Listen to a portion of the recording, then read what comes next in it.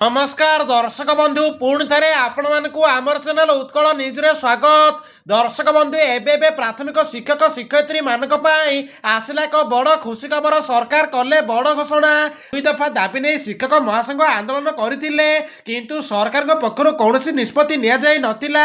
एबे दीर्घ 4 दिन आंदोलन पर सरकार नेले बड़ निष्पत्ति।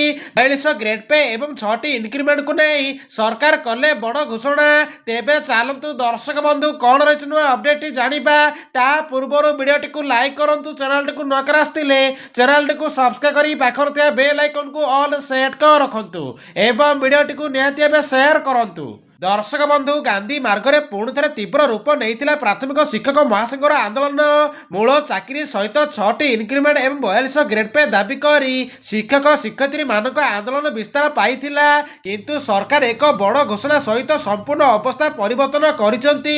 सरकार पक्षर हठात आसथिबा वक्तव्य दाबी गुड़िक मध्यरु प्रमुख दाबी पूर्ण हेबाकु जाउथिबा सूचना मिलिबा सहित शिक्षक महासंघ मध्य आंशिक आंदोलन रोकिबा घोषणा करिसेंती।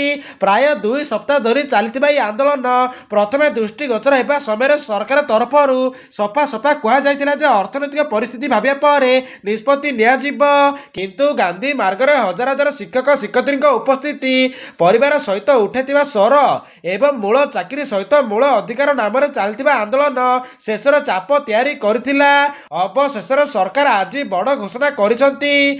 घोषणा अनुसार 42 ग्रेड पे को स्वीकृति दि जाएगी संबंधित अर्थ देय खूब शीघ्र कार्यकारी हेब। आंदोलन स्थल में थिबा शिक्षक नेता माने कहते यह मात्र संख्या नुहे, यह आमर मर्यादा।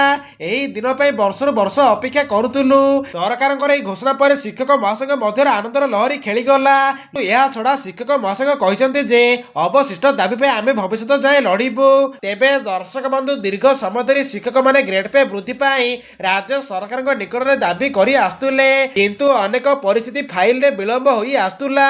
नूतन घोषणा सहित यह मात्र अर्थ वृद्धि नुहे, आगामी भत्ता एवं इनक्रिमेंट उपर सीधा प्रभाव पड़िबार संभावना रही। यह व्यतीत सरकारी सूत्रु जहाँ सूचना मिली मूल चाकरी सहित 6टी इनक्रिमेंट विषय अध्ययन कमिटी गठन एवं तार रिपोर्ट आसिले नुआ पदक्षेप ग्रहण करा जिवो। तेबे दर्शक बंधु सरकार जहाँ कहते सूचना अनुसार नुआ वर्ष मध्य सब सुविधा लागू करने सरकार निष्पत्ति ग्रहण करिसेंती। तो यह थिला आजर एक बड़ अपडेट। जदि वीडियोटी भल कि इनफॉर्मेटिव होती ताहले वीडियोटी को लाइक करंतु, चैनल को न करास्तिले चैनल को सब्सक्राइब करी पाखर थिया बेल आइकन को ऑल सेट कर रखंतु एवं वीडियोटी को निहाती शेयर करंतु।